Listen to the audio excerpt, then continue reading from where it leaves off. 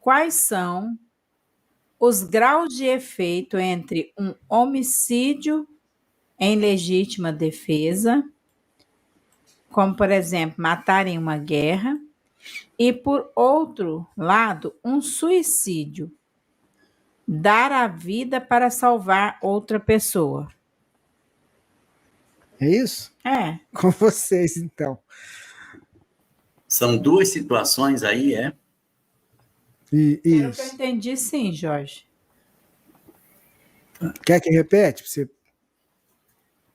Não, porque eu pensei que poderiam ser mais.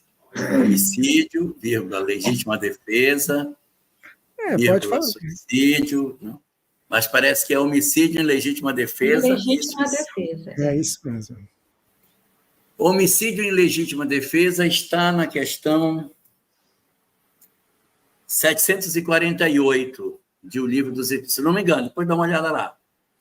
Se eu não me engano, 748. Em que ele diz o seguinte, que é preferível que a pessoa consiga se defender sem ter que matar, porque isso seria muito mais meritório, né? Mas aí você precisa ter a compreensão se aquela pessoa que vai atirar, se ela vai fazer um mal maior. Então, você pode conter um mal maior com um mal menor. Você vai ver uma pessoa entrar num auditório com uma bomba na mão, num ginásio com uma bomba na mão. Você deixa ela entrar ou você impede que ela entre? Se você vai matar essa pessoa, é outra coisa. Se puder impedir de matar e neutralizá-la sem matar, já é ótimo, né?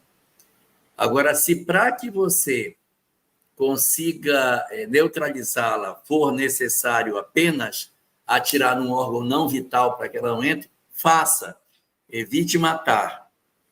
Deixando as circunstâncias da chamada legítima defesa para o caso em que não houver de forma alguma nenhuma possibilidade de salvar a vida do agressor.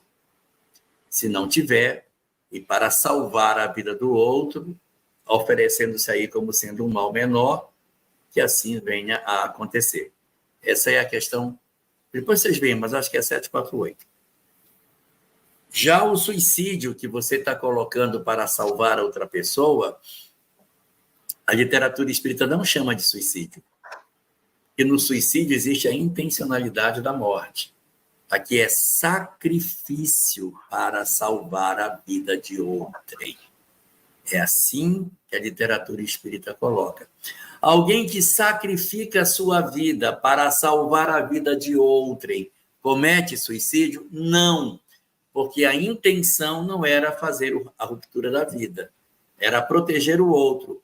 A morte foi uma consequência da tentativa de salvar o outro, mas o móvel da ação não era destruir a minha, era salvar o outro. Você vê isso muitas vezes, a criança cai no fosso do jacaré, a mãe pula para salvar a criança. Você acha que ela está pulando para morrer? Ela pula para salvar o filho. E ela entra, pega a criança, joga a criança para cima e tenta sair. Às vezes consegue, às vezes não consegue. Existe suicídio?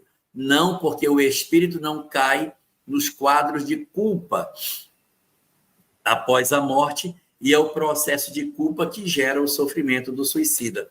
Como ela não tem esse quadro de culpa, ela não enfrenta os transtornos que são bastante comuns nas circunstâncias do suicídio. E esse quadro de culpa que decide quais são os graus do efeito, né? Como a pessoa perguntou. É a que a gente falou antes, a questão da nossa consciência.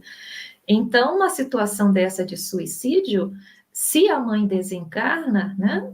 Ela não tem de onde tirar na sua consciência um remorso por ter morrido. Ao contrário, ela pode dizer, eu salvei meu filho, eu consegui salvar meu filho. Né? Mesmo desencarnando e se entristecendo com a situação. A mesma coisa acontece no homicídio, são muitos nuances que muitas vezes nós não percebemos, por exemplo, numa guerra. Existe a pessoa que diz, eu vou me alistar, não sou obrigada, mas eu vou me alistar, que eu quero pegar na baioneta e eu finalmente vou conseguir matar. Entendeu a diferença? E um outro, numa guerra onde todos os jovens homens são obrigados a se alistar, sem opção, e vão para o fronte, entendeu? Então, tudo isso, na hora, para a pessoa, é a pessoa que vai ter que trabalhar com as escolhas dela nesse fronte.